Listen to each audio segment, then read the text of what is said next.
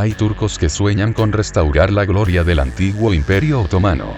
Siguiendo esta tendencia, el canal turco TGRT Haber mencionó en un reportaje el mapa que describe el pronóstico de la empresa analítica Stratfor y muestra la extensión de la influencia que Turquía alcanzaría para 2050.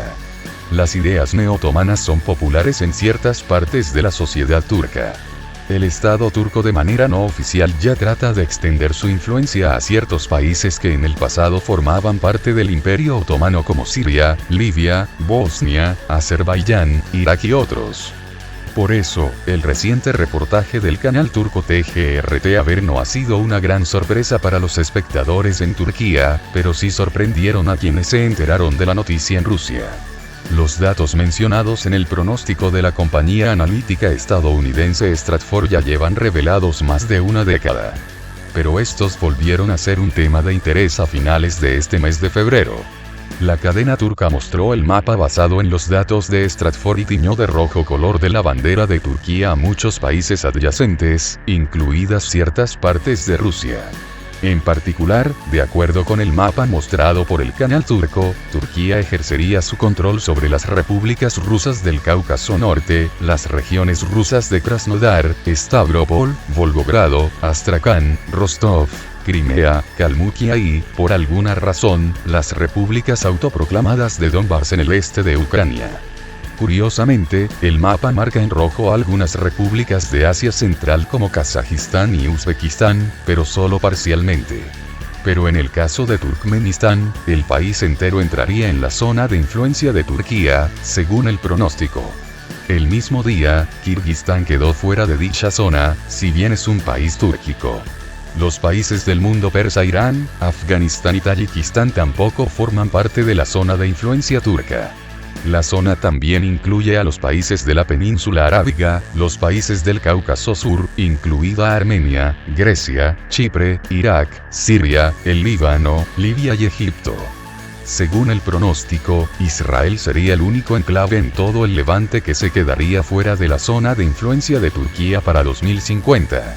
Evidentemente sería imposible extender la influencia de Turquía sobre el sur de Rusia sin privar el control sobre esta zona a Moscú.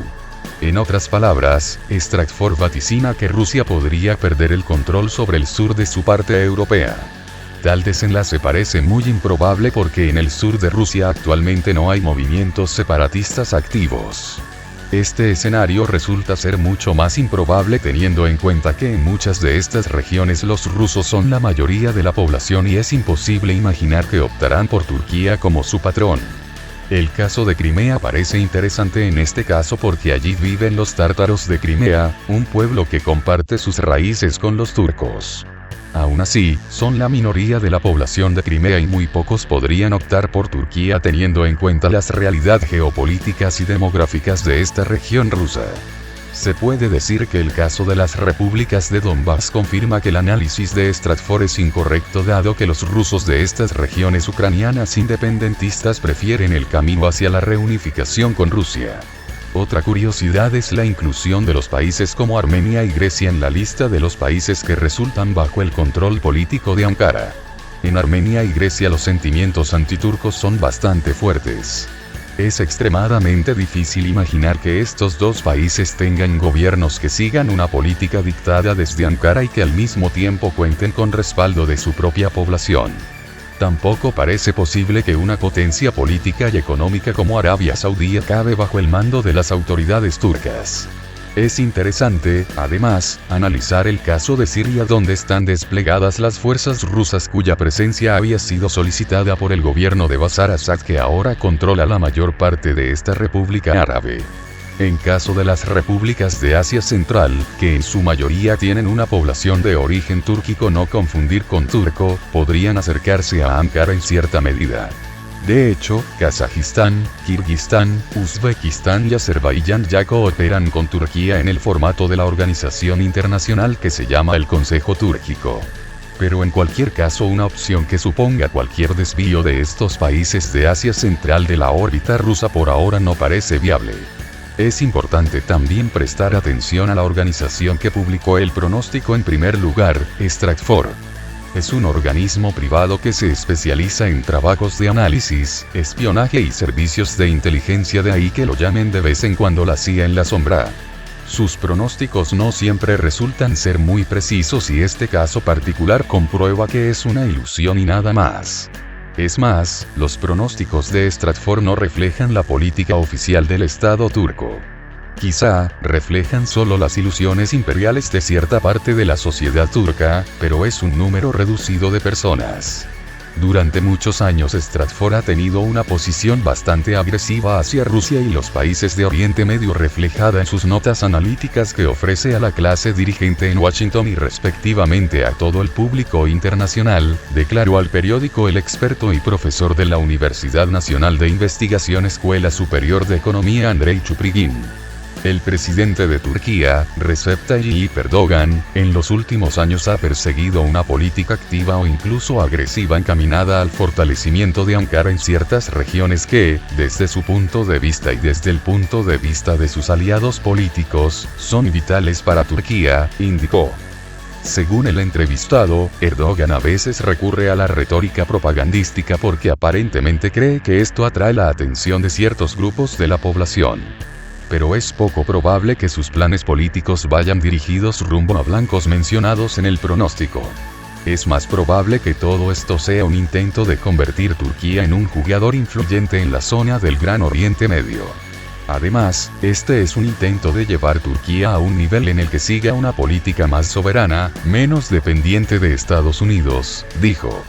Si África, Oriente Medio y la zona mediterránea de verdad son las regiones donde Turquía con toda seriedad trata de extender su influencia, el caso del Cáucaso Norte y el sur de Rusia es totalmente diferente y en realidad estas zonas aparecen en dicho mapa solo porque Stratfor decidió hacer un acto inamistoso respecto al país euroasiático, concluyó.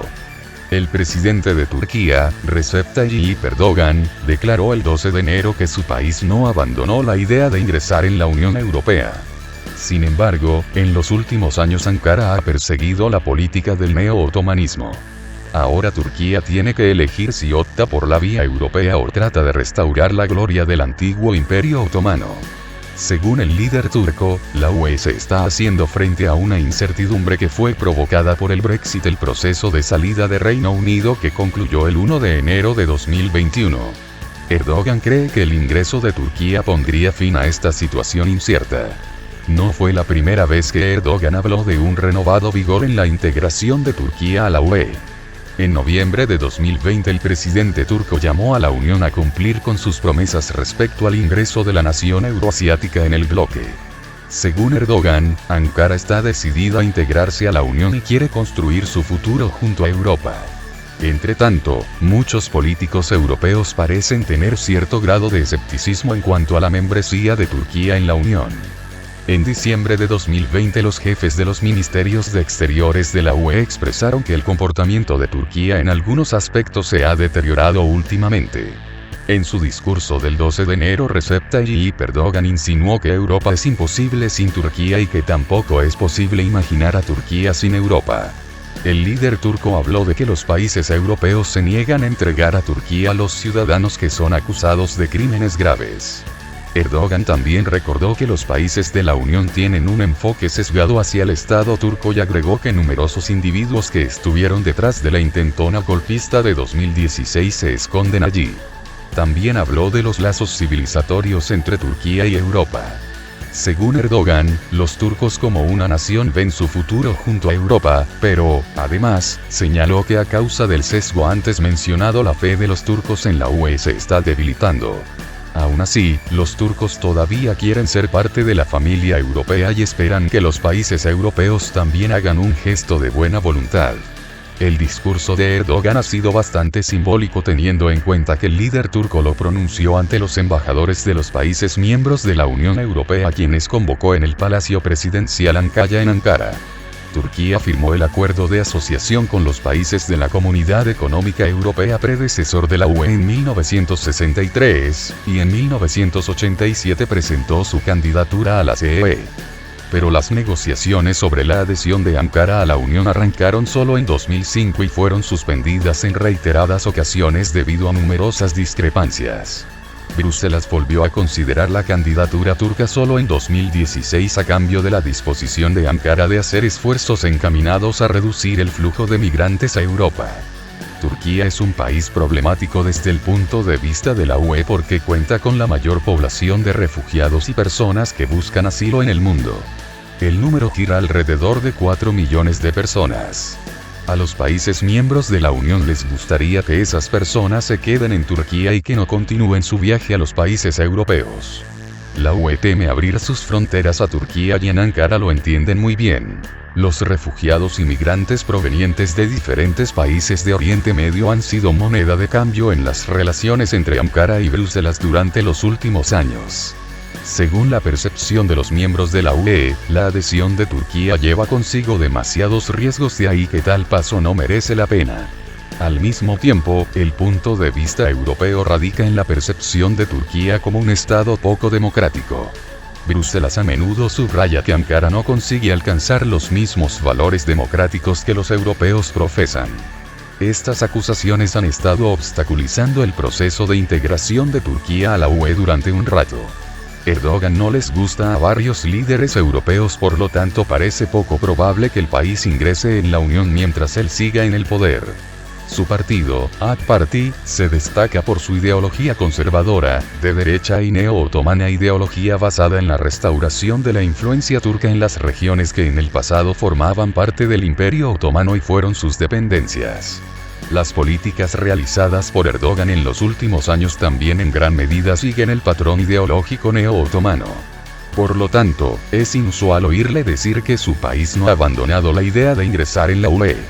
La agenda geopolítica turca y la incertidumbre que trae consigo las posibles explicaciones para sus recientes retóricas proeuropeas serían: primero, las declaraciones se debían a un intento de volver a establecer las buenas relaciones con los países miembros de la UE que en los últimos años se han estancado y, segundo, la retórica de Erdogan es la respuesta a la popularidad de la idea de la adhesión de Turquía a la UE entre la población.